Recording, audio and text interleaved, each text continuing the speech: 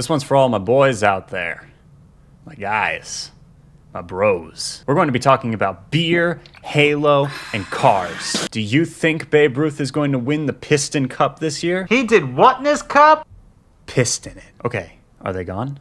Listen up, guys. I'm going to be giving you an invaluable piece of relationship advice, so pay attention. Do you want a maid? Here's the plan.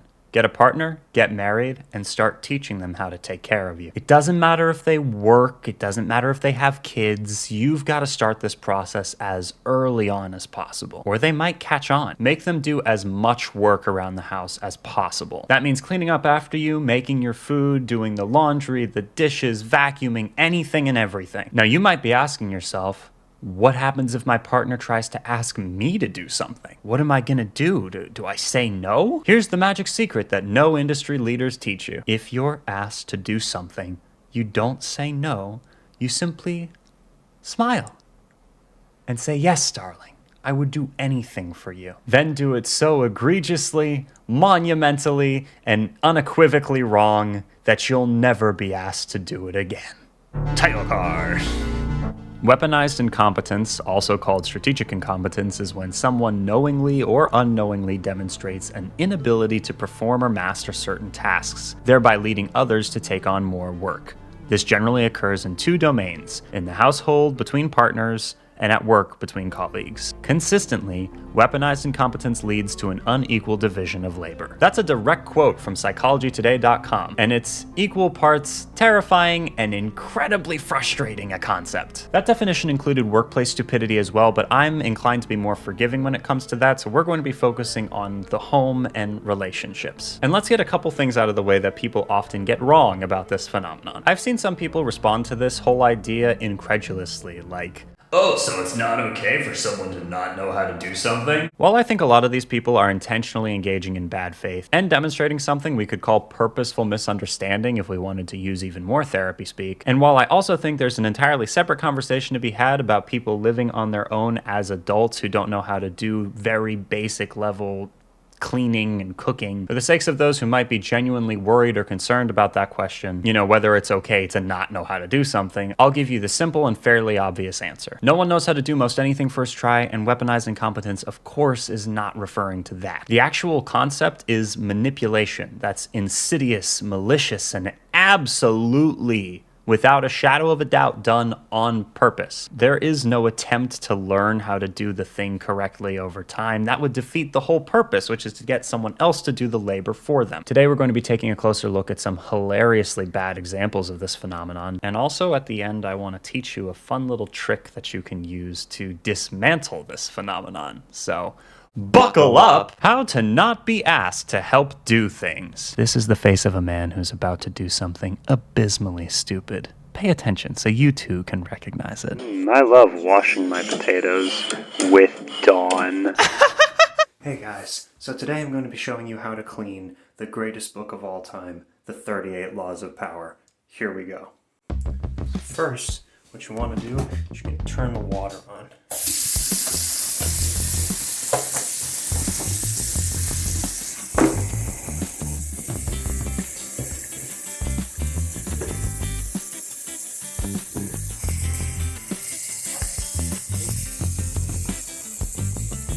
Now the skin is coming off. As you see, you're going to want to take out the useless bits. This step may take a while.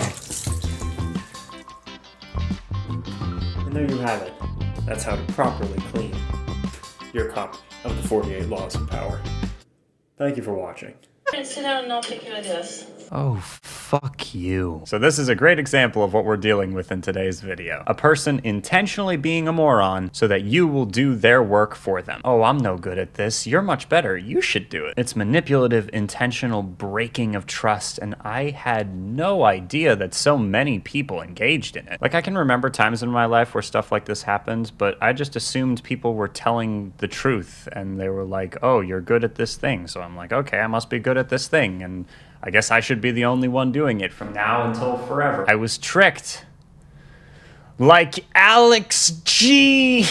But it's a tactic to get you to overcompensate. And it's weird how people can go from being a fully functioning adult to little more than a child. Speaking of children, when you ask your man-child to help with household chores. I don't think anything needs to be done.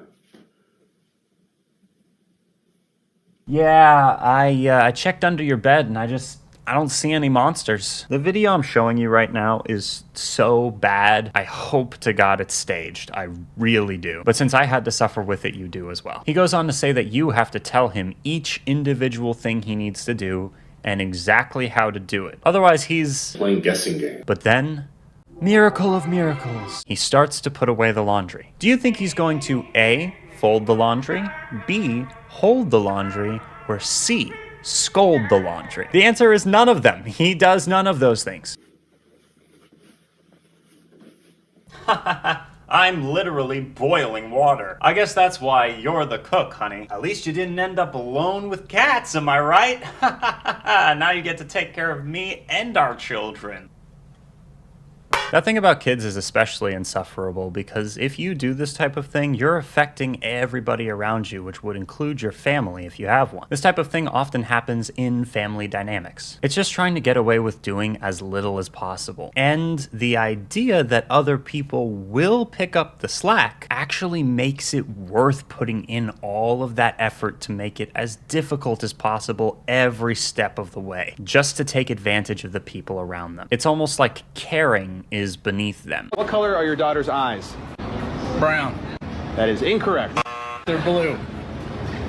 I have a brown-eyed daughter, though. How the fuck do you not know this stuff? And to not know it and then immediately justify it with a, well, actually. Shut up. What are your daughter's birthdays?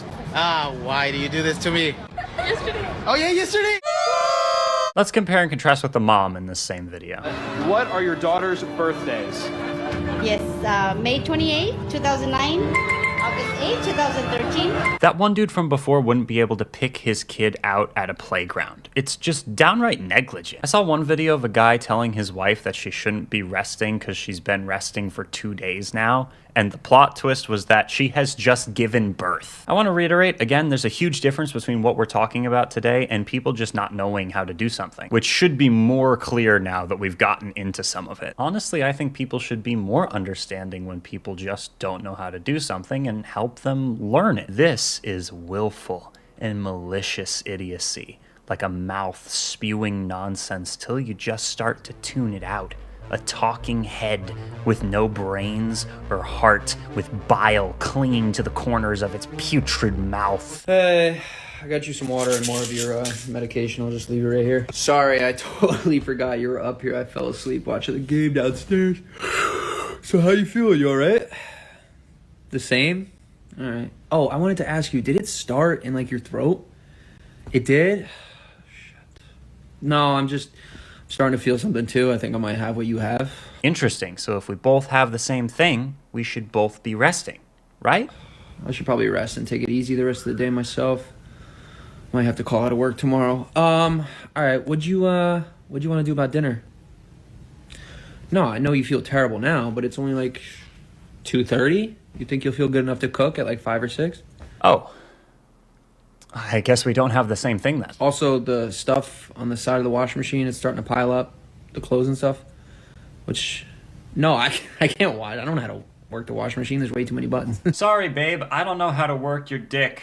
There's just too many functions and buttons up in there. My last comment aside, I've been trying to come up with something smart or intelligent to say that will rationalize my complete non-understanding of how something like this is so normalized or prevalent. But after watching these, I think I'm starting to get an idea. And let me know what you think in the comments below if you like, but I think that some people think about relationships entirely wrong, and they're viewing it as a very transactional thing. One person sees housework as necessary and does it often to keep the shared space functioning properly and clear, while the other person sees housework as a favor that they're bestowing upon the other person. It's beneath them, but they'll do it.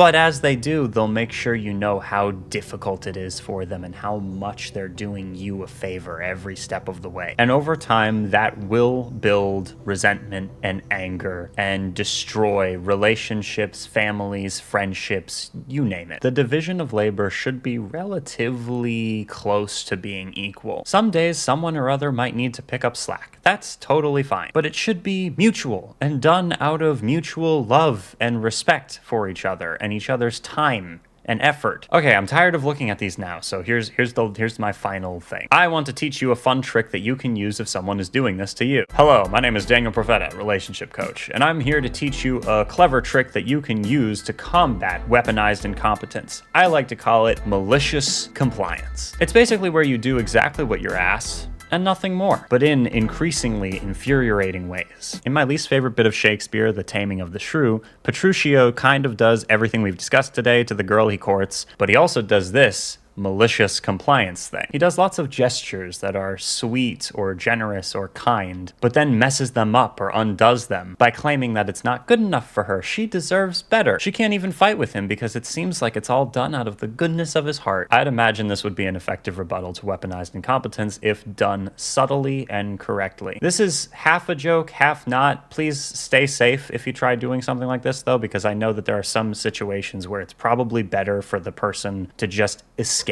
rather than to do this. Yeah, like I said, stay safe. But if you're living with someone and they put their dishes in the dishwasher like this, make them eat from those dishes and wash yours differently. If they try to make you wash the dishes, do it their way, just not yours. Point out the hypocrisy and stay evil.